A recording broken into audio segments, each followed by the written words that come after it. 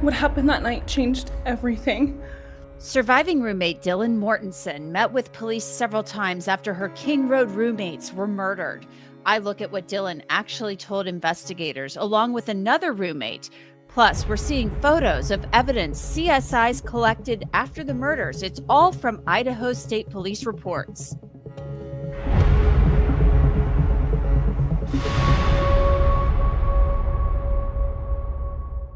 Welcome to Crime Fix. I'm Angenette Levy. Two roommates survived the murders at 1122 King Road. They lived to tell investigators what they remembered happening that night. But Dylan Mortensen, she was the only roommate who saw the killer in the house and lived to tell detectives what he looked like. The man in all black, wearing a mask. We now know that that man was Brian Kohberger, the now 30-year-old former criminology PhD student who has pleaded guilty. And he's admitted to breaking into that house on King Road with the intent to commit murder. Kohberger admitted to murdering Maddie Mogan, Kaylee Gonsalves, Ethan Chapin, and Xana Kernodle.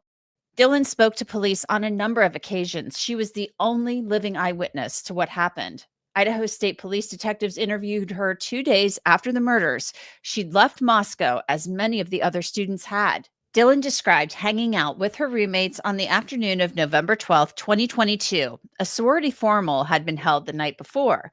Dylan said that Saturday, Kaylee took a nap, and she, Bethany, Maddie, Xana, and another friend watched a movie. They'd all decided to take naps and set their alarms for 8 p.m. Dylan said when she awoke, she drank 3 White Claws. She'd also been playing drinking games. The defense had planned to attack Dylan's memory at trial because of her alcohol consumption. The report states, she described the alcohol used at the residence, which included consuming a whole Borg, in which she also consumed some of the Borg. Based on a Google search conducted relative to writing this report, a Borg is an alcoholic beverage which requires taking an empty gallon container and filling it halfway with water, adding vodka and enough MIO to make the taste of vodka disappear. The cocktail is often referred to as a Borg, but the nickname doubles as an acronym that stands for the drink's full name, Blackout Rage Gallon. Dylan described Maddie and Kaylee coming home sometime between 2 and 2:30 a.m. At approximately 2 or 2:30 a.m., she awakened because Maddie and Kaylee arrived home with grub truck food, and they had mac and cheese, which explained they normally got. All 4 of them were together, which included Maddie and Kaylee. Dylan advised they were taking selfie videos. All the girls talked about getting grub truck food. She did not believe Xana and Ethan were home because their bedroom door was opened and she did not see them. And she discussed whether she may have been mistaken about this fact. And then she said she was certain she saw their door was open and they were not home. Dylan said they thought about ordering grub truck, so she texted their Uber driver, but then she ended up going to bed.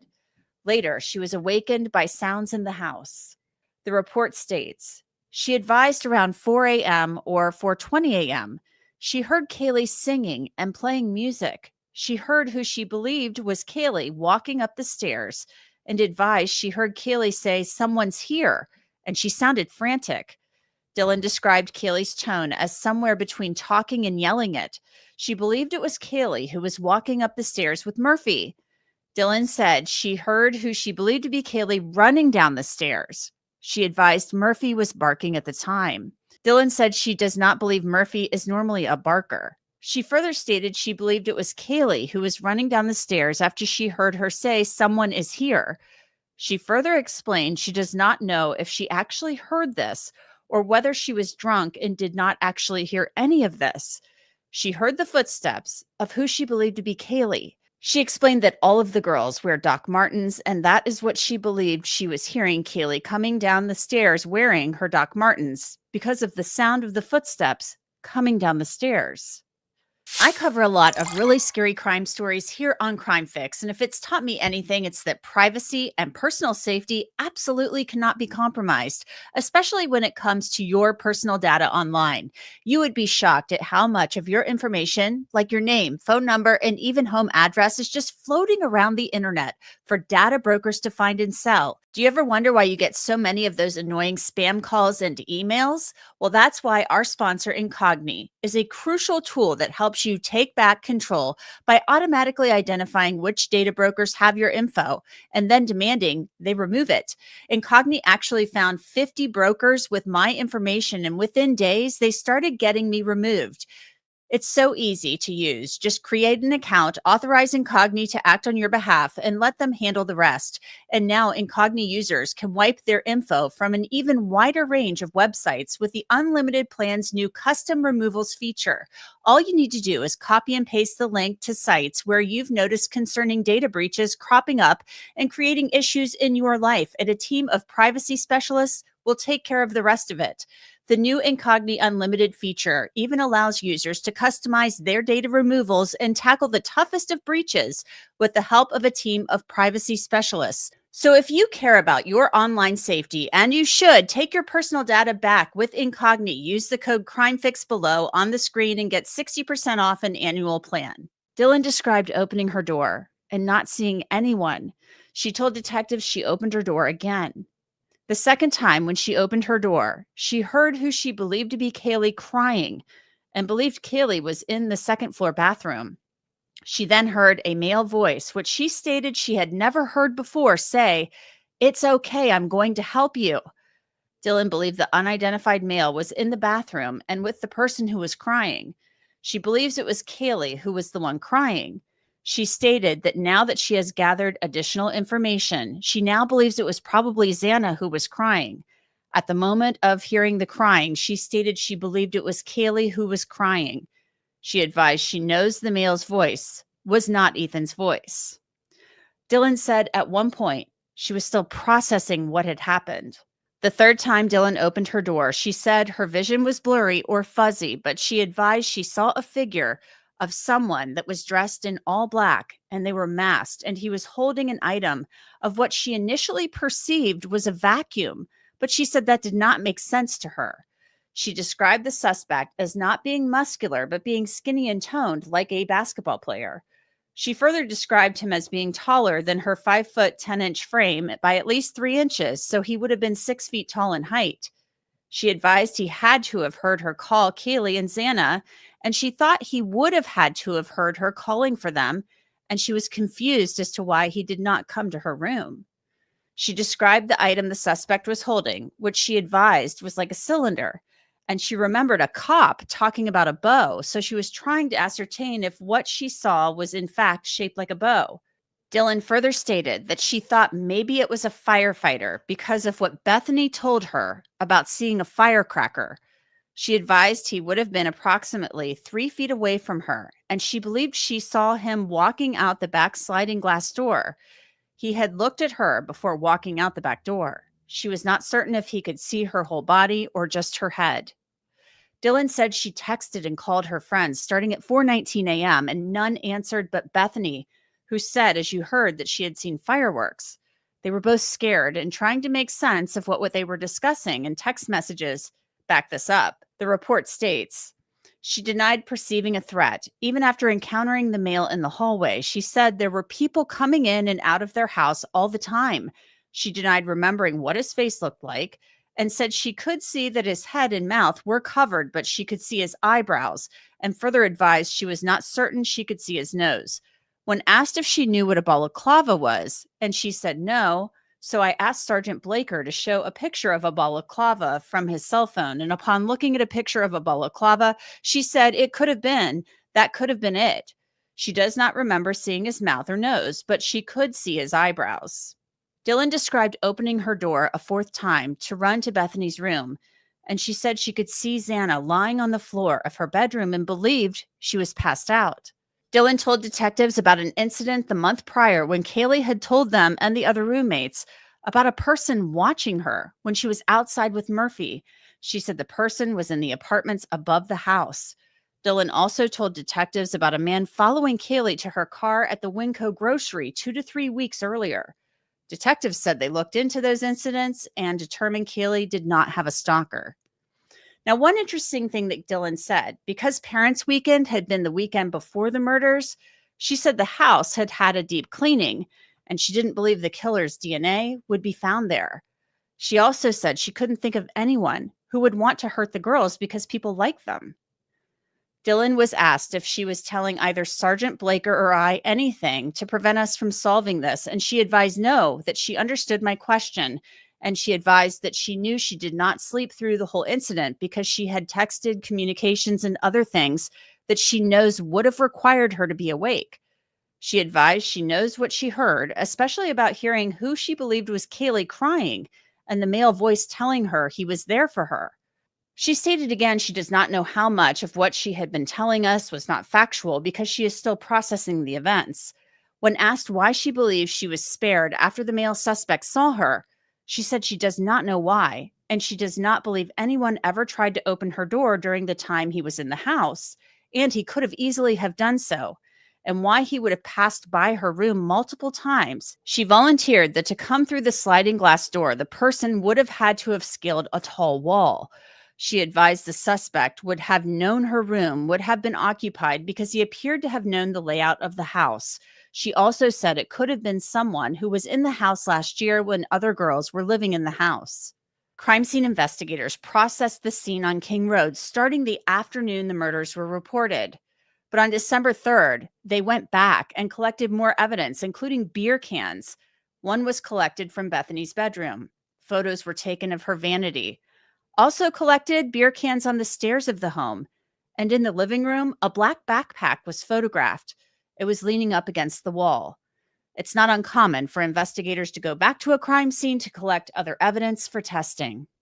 Detectives also interviewed a former roommate who had lived at the house but had moved out. The report states, Sergeant Hoxie asked while she was living there if there were any break-ins or if she heard of a stalker. There would be times she would wake up and would see the sliding glass door was unlocked. She thought it might have been from someone forgetting to lock the door after having people over the night before. The former roommate also told detectives it wouldn't be hard to get into the house. Sergeant Hoxie asked why she thought someone would want to harm her friends. She thought it was someone who was watching. She was always afraid of that. She always had an uneasy, weird feeling at the house, which is one of the reasons why she didn't want to go back. She felt the house was easy to get into and easy to watch because they didn't have any blinds over the windows and the layout of the house.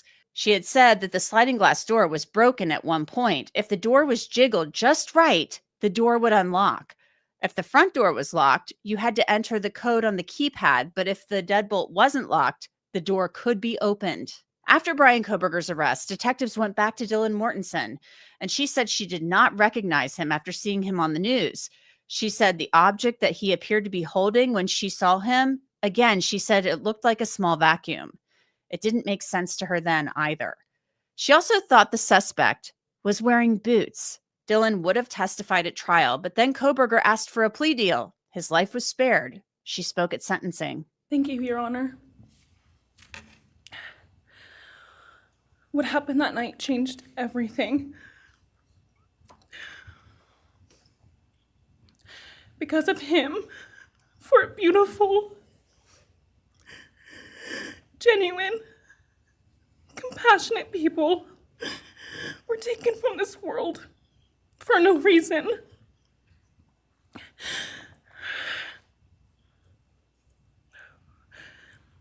He didn't just take their lives. He took the light they carried into every room. He took away how they made everyone feel safe, loved, and full of joy. He took away the ability for me to tell them that I love them and that I'm so proud of them. He took away who they were becoming and the futures they were going to have. He took away birthdays, graduations, celebrations, and all the memories that we were supposed to make. All of it is gone. And all the people who loved them are just left to carry that weight forever. He didn't just take them from the world. He took them from me, my friends, my people who felt like my home, the people I looked up to and adored more than anyone. He took away my ability to trust the world around me. What he did shattered me in places I didn't know could break. I was barely 19 when he did this.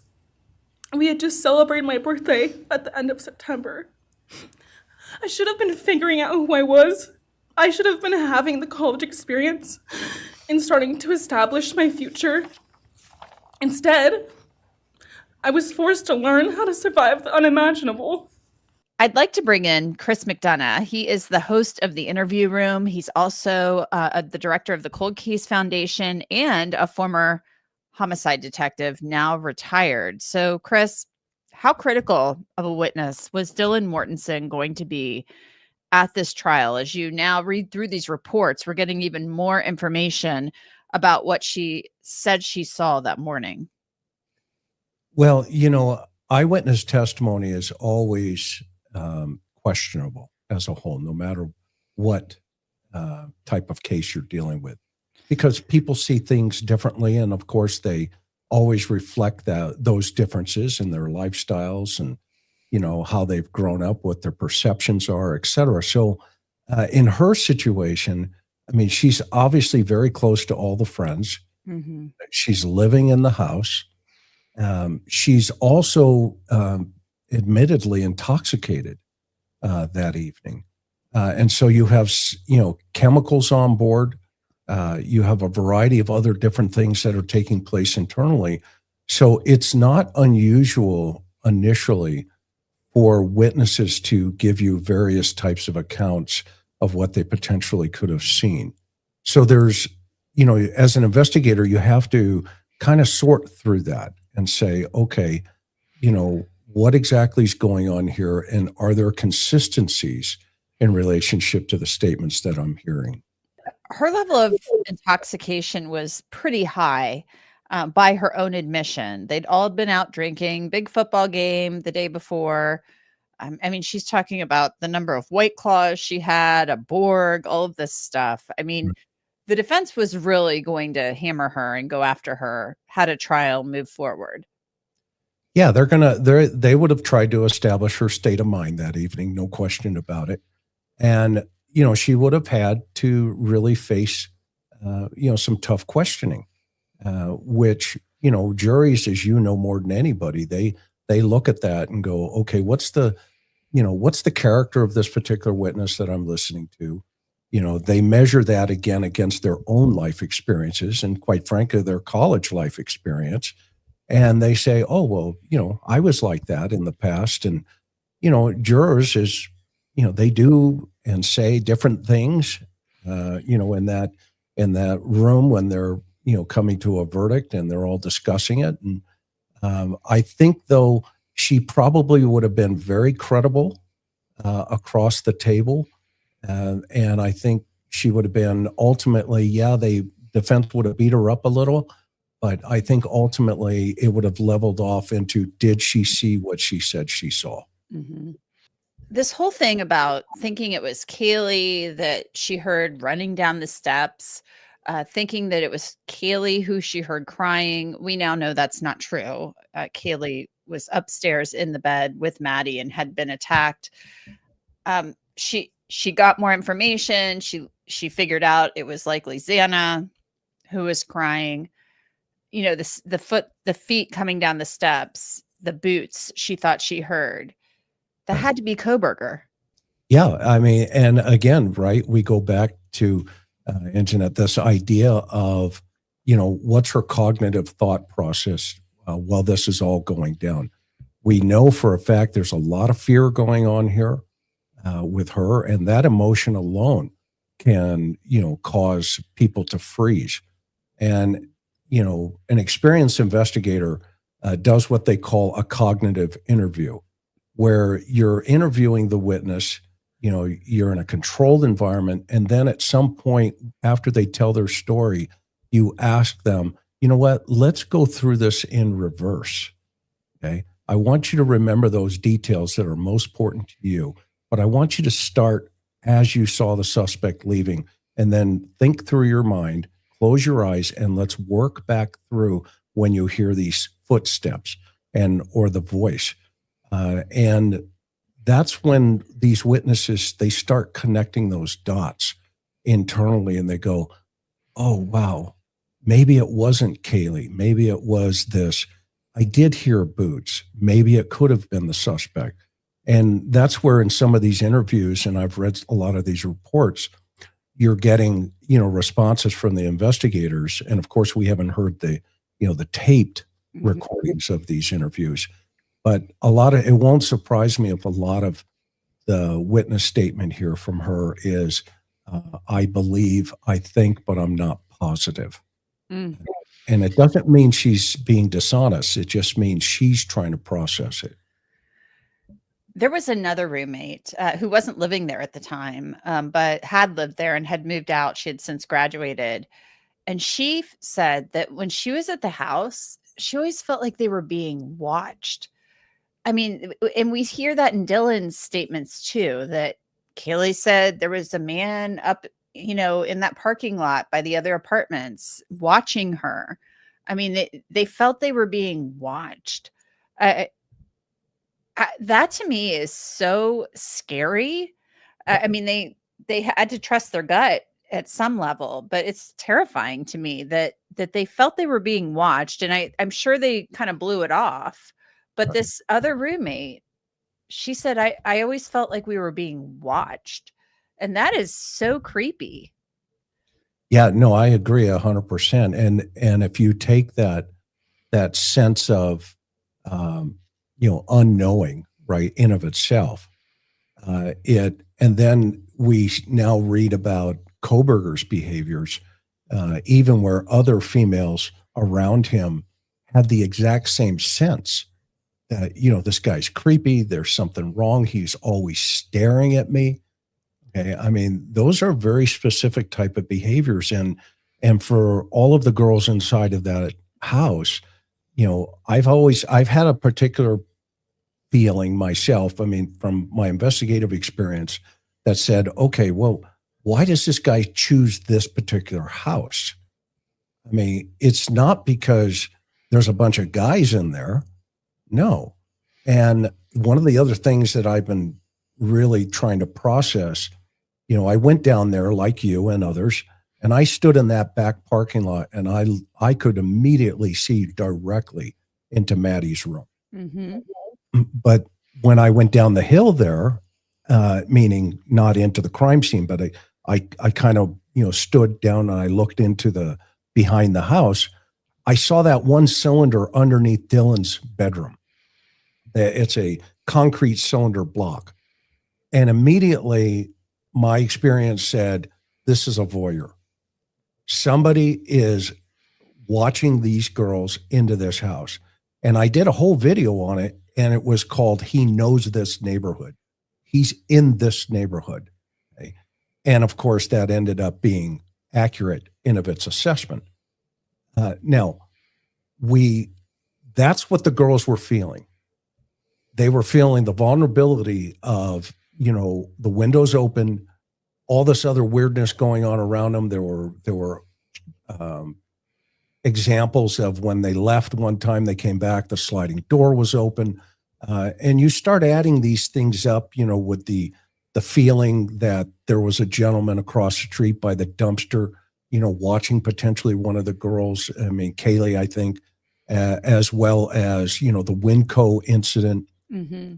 And so those things start to add up, and more than anybody, that they share that information for their own safety as well as to raise awareness. Um, as a friends group, and you women have the sixth sense.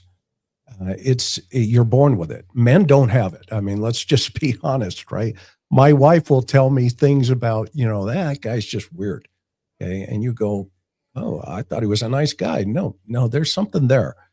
And I think that's what they had tapped into as a group. And is it Koberger? I don't know. I have not seen evidence that it was potentially him. We definitely see evidence that he had those propensities, that he could do stuff like that. Mm-hmm.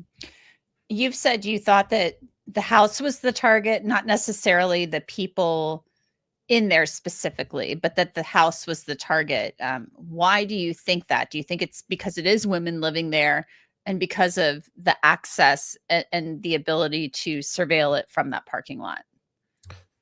Well, this Koberger took a very high risk. And so if we think about him as a organized offender who is willing to take high risk, who does that correlate to? Right. And it correlates to the type of individuals, like I'll just use, Bundy for an example.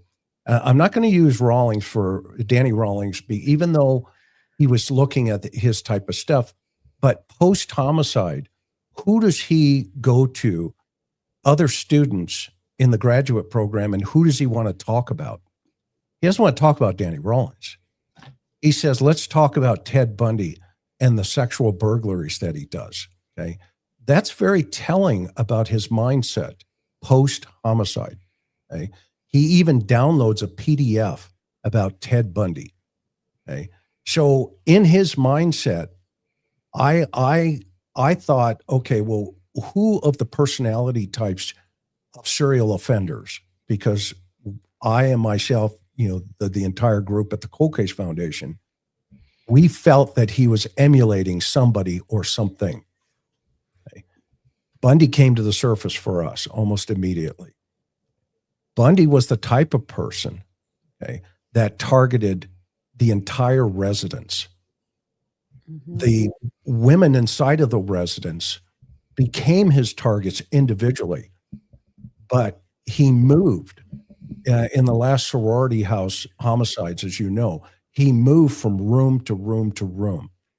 Okay? And in this particular case, now that we know it was Brian Koberger, he made a beeline up to the 3rd floor. That's not by accident. He had processed that particular behavior and those types of movements. I mean, he went right for the 3rd floor, and then he started to work his way downstairs. And again, I mean, we go into this idea of Ethan's in, Xana's room. That threw him off. And so he went from an organized to a disorganized offender almost immediately. And I think also maybe Kaylee threw him off. I don't know that. And that's when the transition took place. Mm-hmm. But either way, he went from organized to disorganized. And I think that was kind of, a curveball that was thrown at him psychologically. He had processed this, but he was not anticipating the totality of what he ran into. No, I agree with you 100%. I think the plan, I hate calling it that, the plan did not go according to his sick plan. Chris McDonough, thank you so much. Host of the Interview Room and director of the Cold Case Foundation. I appreciate it. Thank you. Dylan Mortensen's family members have set up a GoFundMe for her. It has raised tens of thousands of dollars for her. They're hoping that this will help her start a new life and pay for things like trauma therapy. And that's it for this episode of Crime Fix. I'm Angenette Levy. Thanks so much for being with me. I'll see you back here next time.